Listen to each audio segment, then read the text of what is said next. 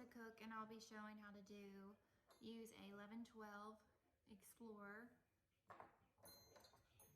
a Perio probe, a 1112 Gracie, a 1314 Gracie, 1718 Gracie, and a 204S sickle scaler.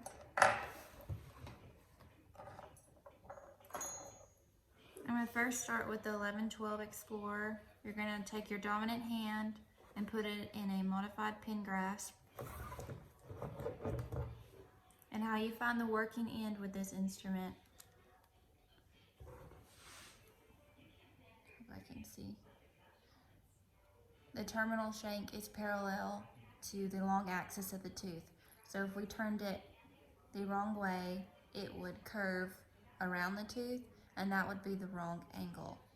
So, or the wrong working end. So it always has to be parallel to the tooth.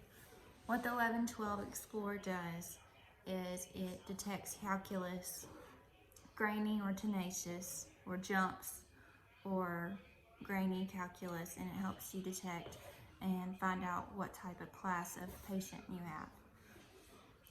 It's used on all surfaces and it's universal, so it's used for posterior and anterior. I'm going to show you how to use it on the posterior teeth.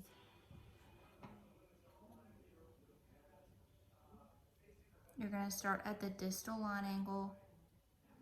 When you're working from the most posterior tooth, you start at the distal line angle.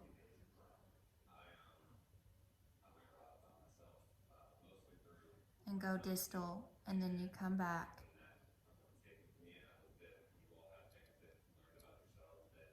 And you work mesial.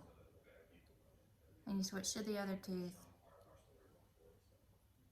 And you do that for all surfaces until you get to the second quad, and then you will flip your instrument.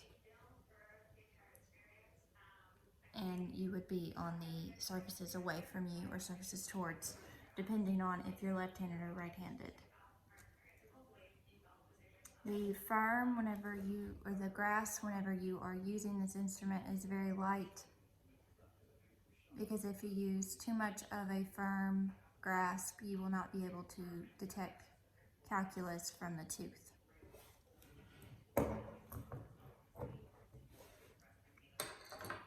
The next is the Perio probe. It looks like this.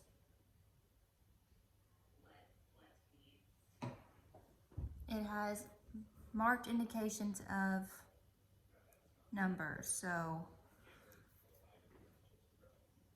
when the white meets the black at the very tip right here, that is number 3. So 3, 6, 9, 12. And that is how you detect periodontal pockets.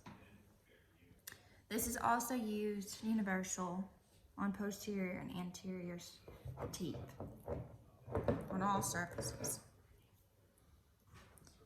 So how you use this instrument is with your dominant hand, you do a modified pin grasp, and it's an exploratory instrument. So you take it and still go in at the distal line angle and work distal, and then come out as bobbing strokes. You don't use it like a scaler or an explorer where you kind of scale around. It's slightly bobbing. This is the only instrument you can use your fingers for instead of your wrist. And then how you get your readings. You have 6 readings for each tooth. And the deepest reading you get in each surface is what you would put down. So if from the distal buccal to the distal you got a 3, 4, and 5, you would go with the 5 because that's the deepest reading from that surface. You don't need to over-angulate because you can also mess up your readings, and you you always need to stay towards the long axis of the tooth. So if you're going interproximal, let's see if you can see, there it goes. You need to curve towards the long axle of the tooth. Don't curve away, because then you won't be able to get an accurate reading. The next one is the Gracie 1112. This is a curette and it has a toe. Let's see the toe. It's used for mesial surfaces of posterior teeth only. It is not a universal curette. There are ones like that, but this one is not. It's only for mesial surfaces of posterior teeth.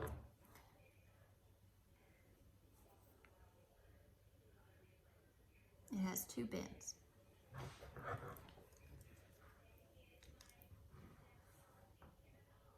And how you use this instrument is, once again, the terminal shank is supposed to be parallel to the long axis of the tooth. This is what it would look like if it was the other way, where that is not the correct working end. And also another tip that I would use is, if you're really having a hard time looking at how to find the working end with Gracie's, you can tell there is one side that it's slick like a blade and the other side looks dull and almost curved to the other side. So that's an easy way for me. So you would start at the distal line angle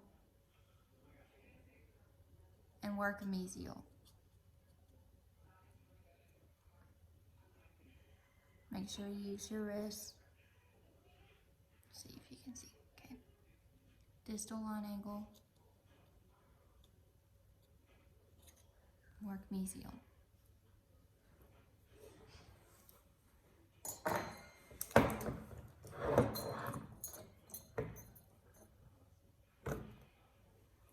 And this is a Gracie 1314. It is for distal surfaces of posterior teeth.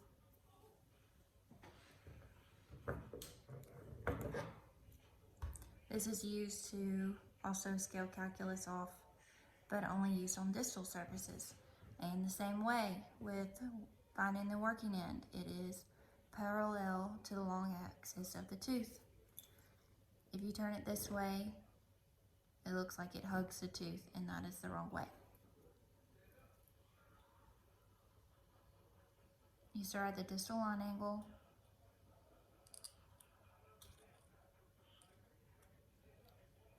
and work distal.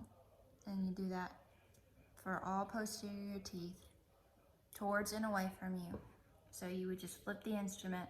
If you, let's say you're on surfaces towards, and then you move to surfaces away, which would be on the opposite side of that arch, or surfaces you cannot see, you would flip the instrument and then use that for these surfaces, and then see it's parallel.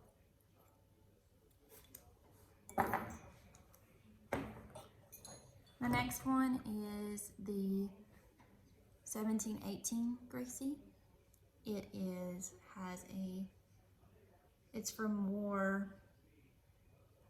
deeper pockets and also helps with more tenacious calculus. Deeper pockets mainly, and helps with that extra curve to the bend. So, obviously this is the wrong working end because it hugs the tooth. And this is the correct way since it's parallel to the long axis of the tooth. And this is also only used for distal surfaces. So you start at the distal line angle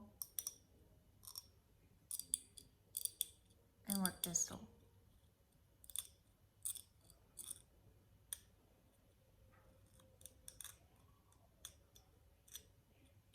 And then flip the instrument for surfaces away. And do the same thing, and it's only for posterior teeth.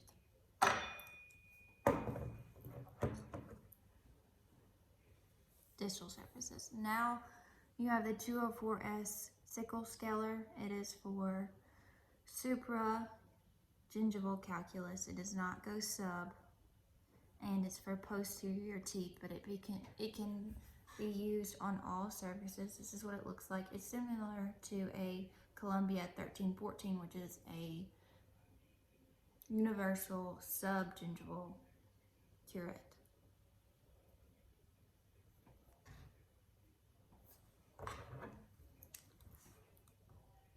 And once again, to find the terminal correct working end, you look at the terminal shank and you line it up with the tooth, and as long as it lines up and is parallel to the long axis of the tooth, that is your correct working end.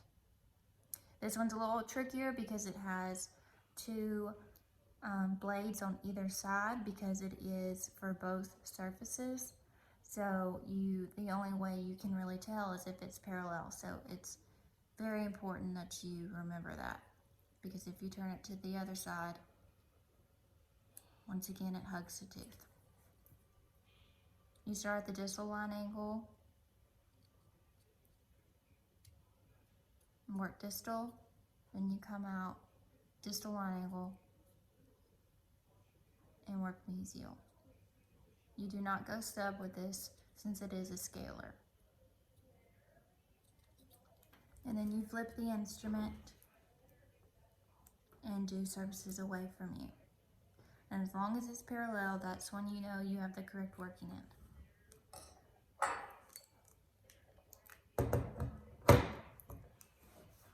And those are all the instruments that I'm showing today. I hope this video is very informative. Thank you so much for watching.